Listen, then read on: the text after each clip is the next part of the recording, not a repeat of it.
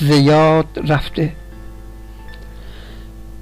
وز ما نشان نمانده، شاید ز یاد رفته باشیم در کوچه باغ غربت، شاید فسانه گشتیم در راز این خلقت وز ما نشان نپرسند، وز ما نشان نپرسند. از هر کجا پر کشیدیم از خویش بیگانه دیدیم، مهری به دل نبوده شوقی به سر نمانده. دلها سرد و سیاه فام از آسمان چه گویم، چو دلم مدام ابریست، چشمم چو چشمه خشک در آن اشکی نجوشید.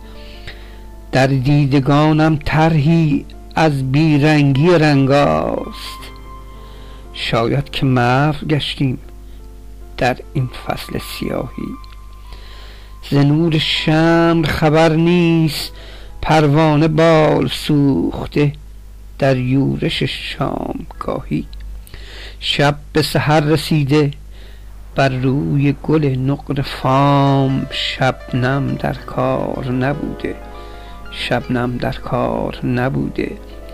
و از ناله غریبان از سوز درد هجران چیزی به ره نمانده.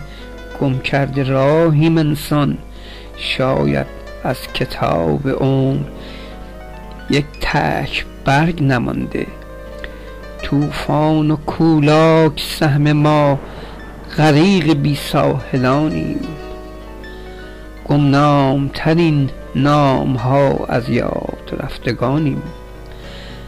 باید ز باد بپرسیم از سوی دوست وزیده است، باید سفر دگر بار شاید بیابیم یار. و از ما ده از خویش پرسان، شاید زیاد رفته باشیم در کوچه یاد غربت، در کوچه یاد غربت.